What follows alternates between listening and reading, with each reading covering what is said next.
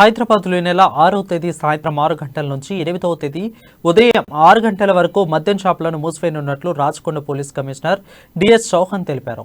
హోలీ పండుగను దృష్టిలో పెట్టుకుని వైన్ షాపులు క్లోజ్ చేయించున్నట్లు వెల్లడించారు. శాంతి భద్రతలకు భంగం కలగకుండా పండుగ సందర్భంగా షాపులు మూసివేయాలని వైన్స్ నిర్వాహకులకు ఆదేశాలు జారీ చేసినట్లు తెలిపారు. మందు తాగి బహిరంగ ప్రదేశాల్లో గొడవలను సృష్టిస్తే సంబంధిత వ్యక్తులపై కఠిన చర్యలు తీసుకుంటామని హెచ్చరించారు. హోలీ సందర్భంగా ప్రతి ఏడాది నగరంలో మద్యం షాపులు ఓపెన్ చేసుకునేందుకు పోలీసులు అనుమతి ఇవ్వకపోవడం తెలిసిందే.